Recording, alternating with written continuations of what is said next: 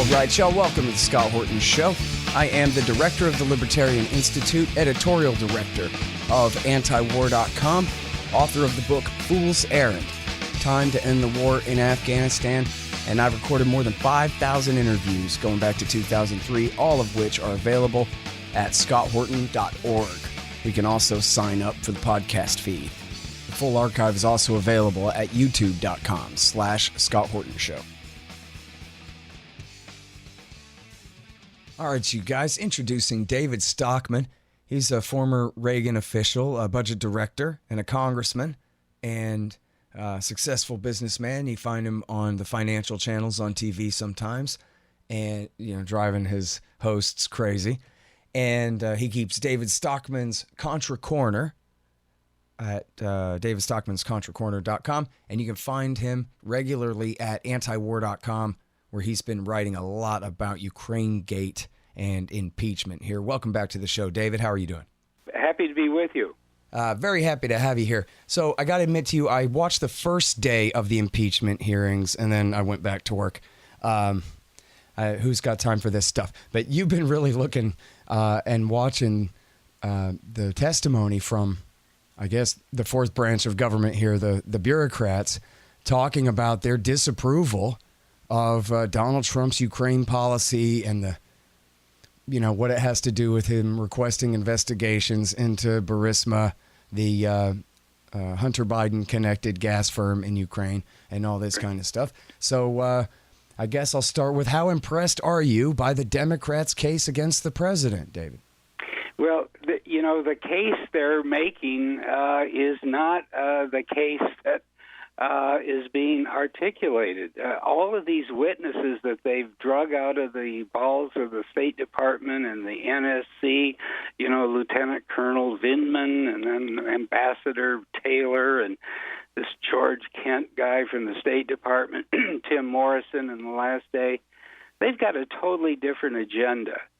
They're concerned about Trump's legitimate desire to have the 2016 events and the Biden, involvement in the Ukraine investigated was entirely based on a fear that it would undermine the bipartisan consensus in favor of, using the Ukraine as a battering ram to carry out their vendetta against Russia and Putin and this whole exaggerated, inflated demonization of the Russian threat.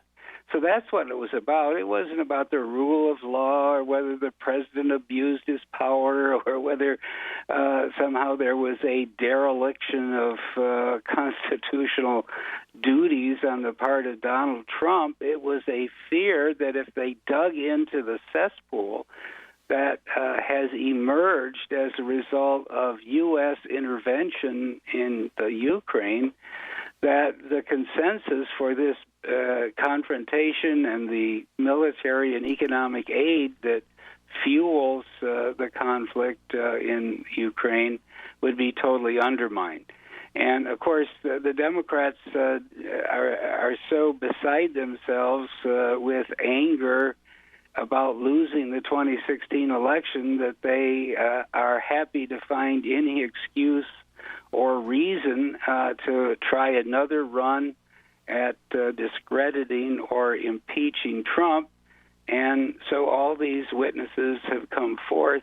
But if you listen to what they're saying, the whole burden of it, the whole thrust of it, is that we're doing God's work in the Ukraine, and Trump's inconvenient questions about what happened there is undermining the, let's call it the deep state's foreign policy and national security campaign against Russia. So that's really what's going on.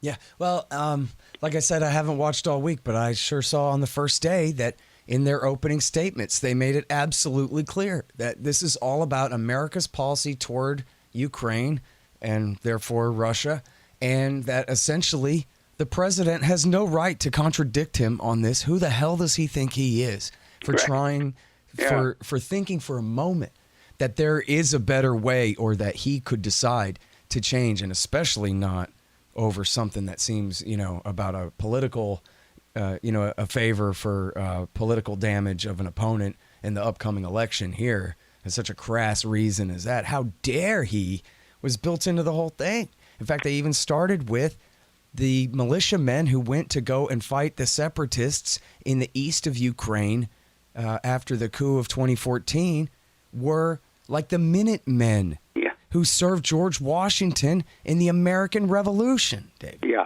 Well, first of all, that's outrageous. And second, then it continued day after day. It wasn't just one guy. I believe that was George Kent who came up with that malarkey. But then you had this Tim Morrison kid who's actually just some functionary that Bolton brought to the National Security Council, so you can understand where he's coming from, telling the Congress of the United States in the year 2019 that if we don't aid the Ukrainians,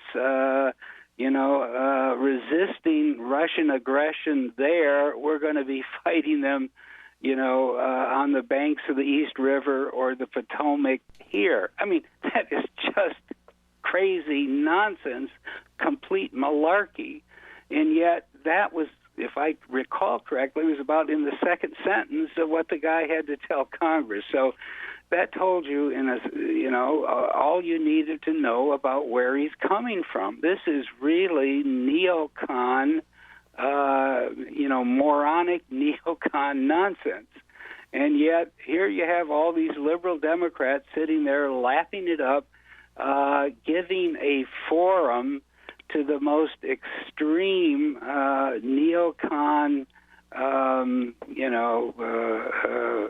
warmongering because they think it's serving the end of this phony, Ukrainegate and impeachment tribunal that they have underway. But there's an important lesson in this. How in the world are we going to ever get foreign policy changed if we have the Republican Party infested with neocons and the Democrats now stepping up to the plate and abandoning their traditional role of being the party of resistance and opposition to the CIA and the warfare state and, interventionist foreign policy as they occasionally were in the past? Right now, it's a bipartisan consensus, a duopoly in favor of empire, and there's Trump, all by his lonesome in the Oval Office, talking about America first, which is kind of a metaphor for backing off from all these interventions and regime change wars and so forth, being undermined from both sides of the aisle. Yeah. It is really too bad, too, because the Republicans are the last people in the world who you want arguing the case against the CIA for you, because they're just not going to do it, right? They love this president, but like Sean Hannity complaining about the deep state while wearing a CIA pin on his lapel. Yeah. Well, but the thing is, the only glimmer of hope I see in this, kind of a silver lining, is that maybe it's waking up the Republicans and the hardcore conservatives to the threat that the whole warfare state apparatus clearly poses to constitutional government, fiscal solvency, and foreign policy rationality. They're at least having, as we get into the next phase of this too, and that is all of the stuff that's going to come out from the investigations of the 2016 Brennan FBI Russiagate effort. Maybe this will start to wake up the Republican Party a little bit. That's the only good thing I can see coming out of this. Mm-hmm. Well, speaking of John Brennan, I think in the case of Russiagate, it's almost perfectly clear. It's not, the ironclad case hasn't been finished being proven yet, but it sure looks like Brennan launched this op to frame Donald Trump on Russiagate in the first place, and the whole thing really came out of that. Now we find out that the alleged so-called whistleblower, Eric Ciaramella, worked for John Brennan, worked for Biden too, to me, Right. more importantly, worked for John Brennan. But I wonder if you think that's just, well, it goes to show where his loyalties lie overall, and, you know, best guess about that? Or do you think that that really implies that Brennan sent him to the White House to find something else, anything that you can, and once you find something, do what you can with it? Yeah, well, you know, I don't have any detailed facts that aren't public, but it sure seems a strange coincidence that this guy comes forth after playing the roles that he played. He's a young guy over the last 2 or 3 years. So I don't want to put on a tinfoil hat and outline some conspiracy here, but it doesn't surprise me that when they now have pretty well established that, you know, Brennan was working with a small, hand-picked group of analysts. They've constantly portrayed this as a consensus of the 17 intelligence agencies and all that. We know that's absolutely not true. It was Brennan, a hand-picked group of analysts, a few people at the FBI that were at the heart of this whole Russiagate Steele dossier investigation, and it looks to me like this Ciaramella guy was an integral component of that little group that basically, attempted to undermine the election process in the United States. So now he shows up conveniently as a whistleblower, and nobody can say his name. I mean, what kind of complete malarkey do we have going on in this country? And it shows you where the mainstream media is. Even to this day, unless I've missed something, you can't find a name mentioned on CNN, the War Channel, or MSNBC, or any of the mainstream daily newspapers. This is just reached the point of absurdity, in my view. Yeah. Well, it's been, 4 or 5 weeks since his name was first published. And even then, before it was published, it was said and published that it was an open secret and that everybody in D.C. knew who it was. Right. And that they were keeping it from us. Then finally a good journalist goes ahead and puts it out there. And it got picked up, and if you look, you can find it. Eric Ciaramella, nobody seems to dispute that he's obviously the guy. Yeah. But then, like you're saying, the idea is, in the media, there's this consensus. We must protect the whistleblower by refusing to say his name. And then that works. Yeah,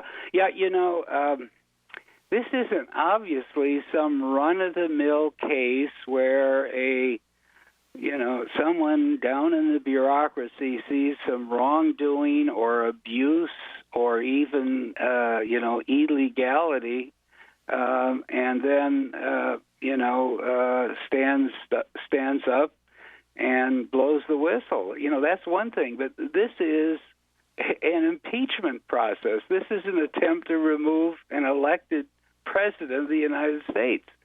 And if the case hangs heavily, among other things, on what the whistleblower put in that long memo, which was clearly he had a lot of help from lawyers drafting, then you need to know who he is. He needs to come forth. He needs to be questioned by the committee and both sides of the aisle, and let the public hear the case. Here we are. You can't even pronounce his name. Yeah. And by the way, about the, the presumption about whether he was working for Biden or not, I hope that, you didn't feel like I was trying to put you on the spot to necessarily, conclude anything, like you say, tinfoil hat or whatever. But I'm just saying, speculation-wise, it seems like a fair assumption that the fact that this guy worked for Brennan is a huge red flag that, as you're saying, you can't just take this at face value that this is just another whistleblower like the ones that they imprison and persecute and destroy all the time. Right.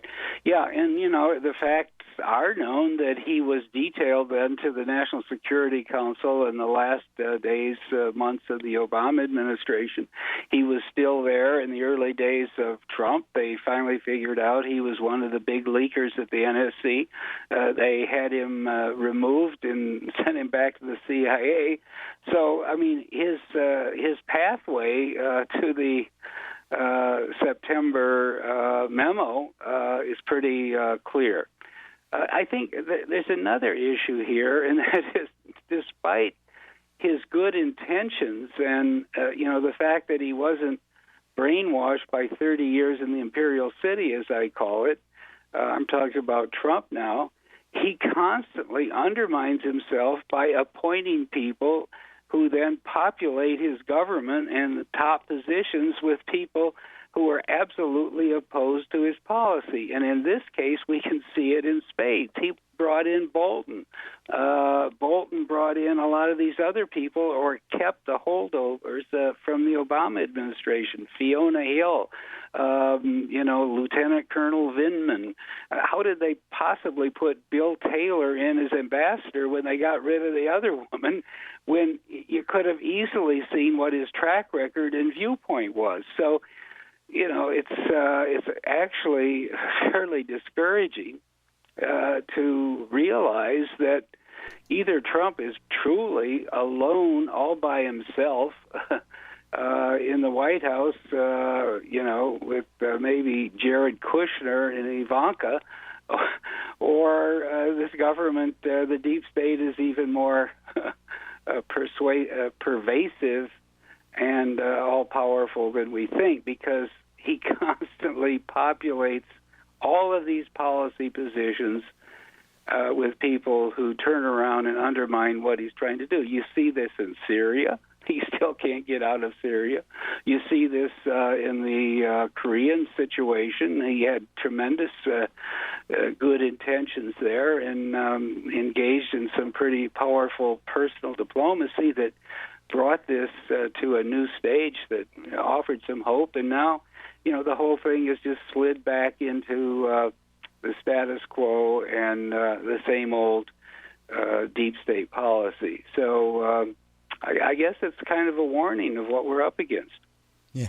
Well, and there's no one to blame except Donald Trump. He's so lazy. He only watches TV and he does not read. He clearly does not read. Yeah. The fact that he's never heard of any good anti-war right-wingers in this society that he could have hired for anything. Yeah. And there's not a lot of guys who have the credentials who really could work for Trump on his cabinet or in his White House. But there is at least one solid bench worth, easily. There's a good bench worth, and he could start with Pat Buchanan, for instance. I mean, that guy's got a pedigree, a Republican pedigree, as deep and good as it comes. And certainly he would help Trump figure out I don't agree with Pat Buchanan's trade ideas, but he would help Trump figure out what America First means in terms of day-to-day policy and implementation and the initiatives that should be taken. But he doesn't draft Pat Buchanan, who I assume would have been happy to do the job, but comes up with John Bolton. You explain that to me. I think it's pretty pathetic, actually. Hang on just one second. Hey, guys, I got to tell you about wallstreetwindow.com. It's the great Mike Swanson. He made a killing on Wall Street back in the day, and now he sells advice for reasonable prices. You need to know what to do to protect your assets. wallstreetwindow.com. Hey, guys, I know you're going to love Will Grigg's new book we just published at the Libertarian Institute, No Quarter, The Ravings of William Norman Grigg. It's wonderful. It's terrible. It's devastating. You'll laugh. You'll get angry. You'll miss him. You'll be inspired to fight for freedom. With perfect cover art by Scott Alberts and a brilliant introduction by Will's great friend and protege Thomas R. Edlum, it is a fitting legacy for a brilliant man and nearly tireless defender of liberty. Get No Quarter, The Ravings of William Norman Grigg, in paperback or Kindle on Amazon.com. Well, now, so let me ask you this. It's 2019, and that means that there are kiddos who were born in the year 2000 who are 19 years old right now listening to this show, David, and they don't know the first thing about Russia other than they heard lately that Vladimir Putin, who, by the way, when you look at him, seems like kind of a psycho type, that he's out to get us, man, real bad. And that maybe we do need to fight them over there so we don't have to fight them over here. And after all, when I look at the shape of Russia on a map of the world, it's really big. And so, like, maybe there's a real problem here. And what do you know about that? Yeah, well, I always say I live in New York City. I actually right on the East River. We have an apartment on the 19th floor. When I look out from my balcony, I can see Russia from there. And what I mean, not like Sarah Palin when she saw the Siberian landmass from Alaska, I can see GDP for the metro New York area of 1.7 trillion, 1.8 trillion roughly, that's bigger than the entire GDP of Russia, which is 1.6 trillion. Now, and you're excluding upstate. Yeah. No, I'm just looking at Detroit. I'm looking at the New York metro area. And, of course, our national GDP is $21.5 trillion, massively larger than Russia. If you look at our defense budget at $750 billion only for defense, and then you got to put all the other dollars in there that are hidden in the DOE budget and security assistance and the rest, it's easily $900 billion. And the Russian budget is $60 billion. Okay, they have no capacity to project power anywhere outside their borders seriously. And so how are they a threat to us? And as I say in some articles I've written recently, they're not a threat to Europe either, because if they were, countries like Germany would not be spending a mere $40 billion or 1% of GDP on defense if they thought Putin really was this wannabe Hitler or Stalin or aggressor that threatened, to breach the Brandenburg Gates or occupy the Rhineland or something like that. The Europeans, by their own fiscal posture and decisions, unequivocally are saying that, we don't believe that Russia is an existential threat to Western Europe. And if it's not a threat to Western Europe, how is it, a threat to the New Jersey shoreline? Yet all of this information somehow gets lost by people caught up in the narrative down in Washington. Number one, the deep staters who need that narrative, because how do you justify these horrendously unnecessary and wasteful giant budgets and all the military apparatus that we're still purchasing, and the Democrat politicians who, are looking for a way to reverse the huge setback they had in 2016. So it's a coalition of convenience. They have actually, the Democrats, and you can put Adam Schiff right up in the lead, have become the useful idiots for the deep state. The deep state has a much bigger agenda, and that is to keep Russia demonized and to work on demonizing China and continue to exacerbate tensions in the Middle East with the Iranians and so forth, because that's where their bread and butter comes from. And they have found now what used to be a off-and-on adversary and source of resistance. The mainstream Democrats and progressives have now become essentially handmaids of the warfare state. Could you do a little bit of a comparison contrast between the power of the Soviet Union circa 1987 versus right now in terms of, military strength? You talk about the Navy in your recent piece there. But you also have so many, great measures of, countries they controlled and troops they had deployed and all of these kinds of things. Yeah, well, I mean, Russia today is just the rump state of what was left of the old Soviet Union, to say nothing of the Warsaw Pact countries, Poland, East Germany, Czechoslovakia, and so forth. But if you look at Russia today, it's been shorn of about more than a third of its population, from Belarus to Ukraine to all the Kazakhstan, Uzbekistan, and all the rest of them. Its GDP is now, relatively speaking, a fraction of what it was in the full Soviet Warsaw Pact empire. And back then, and this is the key thing, when finally the whole Soviet system collapsed under the weight of communism, centralization, militarism, and so forth. But then they were spending 40% of GDP on defense. Today, this rump state of shrunken Russia spends 4%. They had 50,000 tanks on the Central Front. They could have actually, I don't think they ever had the intention or capability, but they had at least the wherewithal to invade Western Europe. Well, what happened to those 50,000 tanks? They've all been, melted down for scrap, disappeared. The Russian Navy is a shell of its former self. They've got one aircraft carrier left that was built in the early 80s, and it's just a smoke belcher that is a joke compared to what is in, the 11 carrier battle group arsenal of the United States. So no matter how you look at it, we have something like 12,000 helicopters and fixed-wing aircraft. They have a couple of thousand. We have massive capacity for airlift and transport, refueling, and so forth, so that we can strike anywhere around the globe. They couldn't get a few hundred miles into the Atlantic Ocean heading our way before we would know exactly what they're up to. So, the point is the military capacity wherewithal isn't there. Their policy is one of defensiveness, and this whole idea that somehow Putin wants to secretly recreate the old Soviet Union is so much damn nonsense that it's hard to believe that adult people in Washington repeat it, and yet I hear it all the time.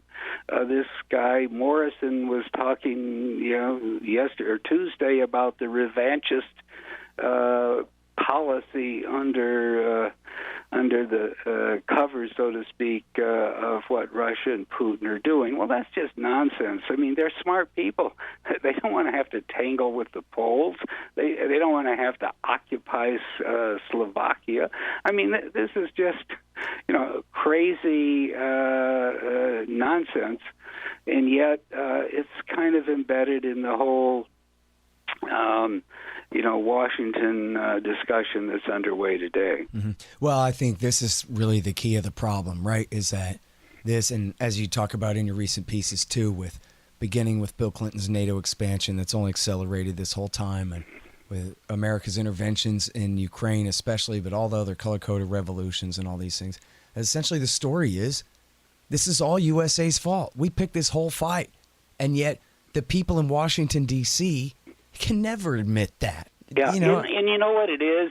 You hit it nail on the head, but it's like groupthink that sets in and becomes institutionalized through relentless repetition. And now you have people who may have stumbled onto the scene, got elected to Congress in 205 or 210 or whenever, who take things, who can't understand the historic context and flow of events in which they're caught up. If you look at it, it's clear when the Cold War officially ended in 1991, it was time to dismantle NATO. There was no purpose in NATO.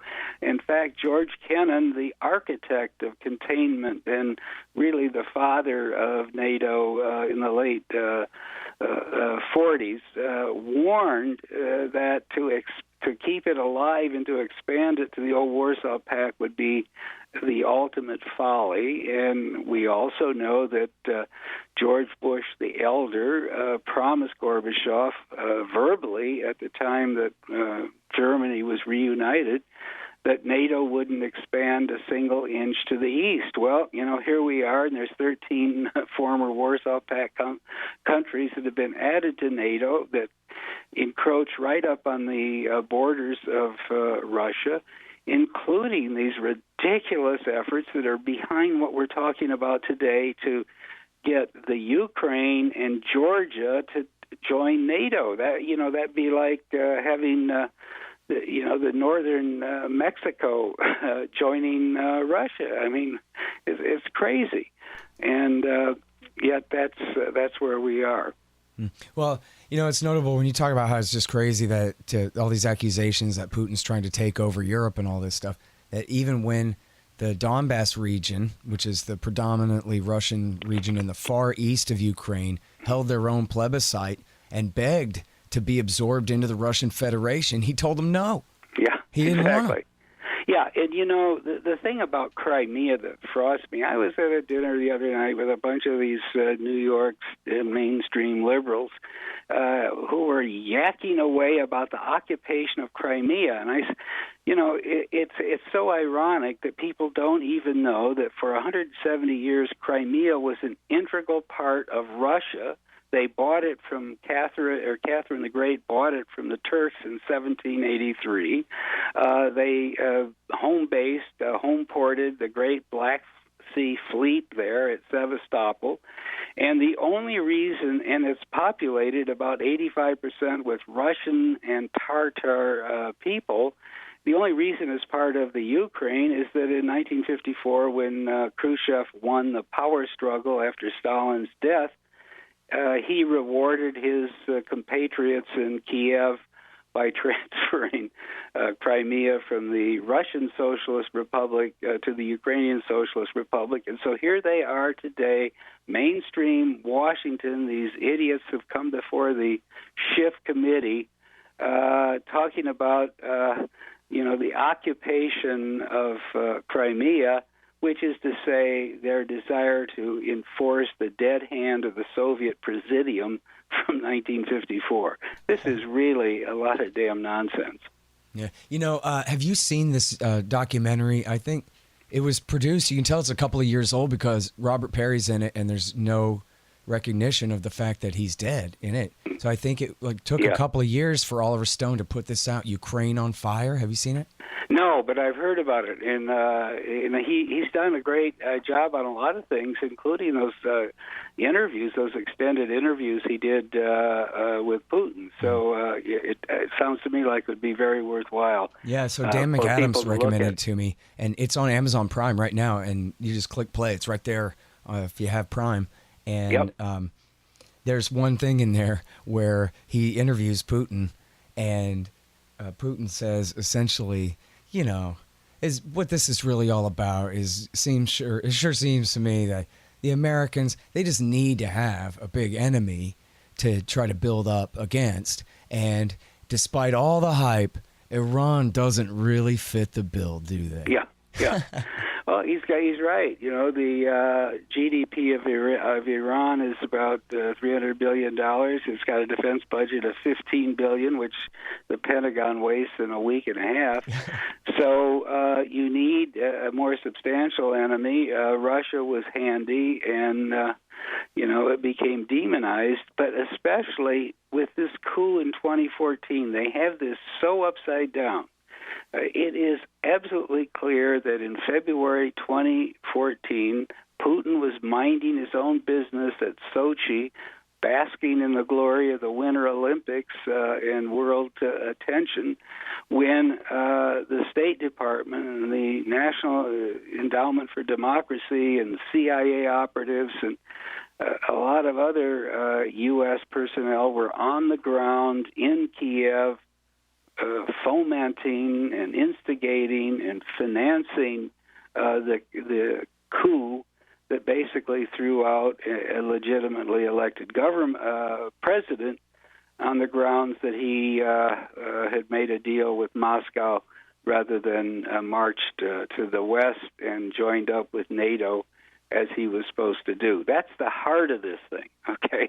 And somehow all of that is lost in the idea, the big lie being promulgated here that the Ukraine is a victim of blatant Soviet aggression when it's actually, a consequence of Washington meddling and aggression. All right, you guys, that is David Stockman, former congressman, former Reagan official in the on the economic side, not the foreign policy side.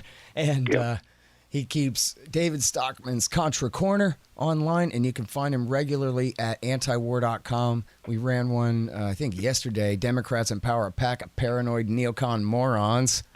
And before that, the Ukraine influence peddling rings, all about the Atlantic Council, which is great. And we got another one coming up that's, in the chamber, ready to be fired tonight. So everybody keep your eye on antiwar.com for that. Thank you very much again, David. Okay, thank you. All right, y'all, thanks. Find me at libertarianinstitute.org, at scotthorton.org, antiwar.com, and reddit.com/Scott Horton Show. Oh, yeah, and read my book, Fool's Errand, Timed and the War in Afghanistan, at foolserrand.us.